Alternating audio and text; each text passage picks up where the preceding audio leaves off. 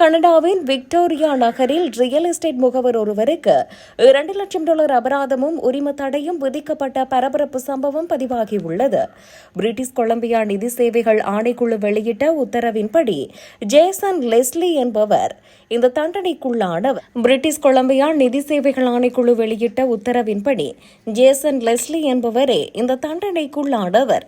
குறைந்த வருமானம் பெறும் நடுத்தர குடும்பங்கள் சொந்தமாக வாழ்வதற்காக அரசாங்கத்தின் $53 மில்லியன் குறைந்த வட்டி நிதி உதவியுடன் அடுக்குமாடி குடியிருப்பு திட்டம் உருவாக்கப்பட்டது.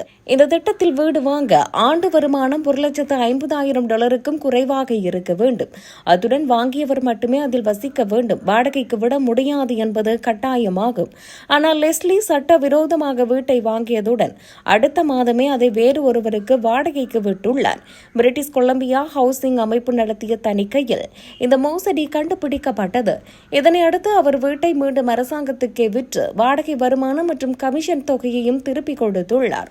தற்போது அவருக்கு $2 லட்சம் அபராதமும் 6 மாத உரிம தடையும் விதிக்கப்பட்டுள்ளது.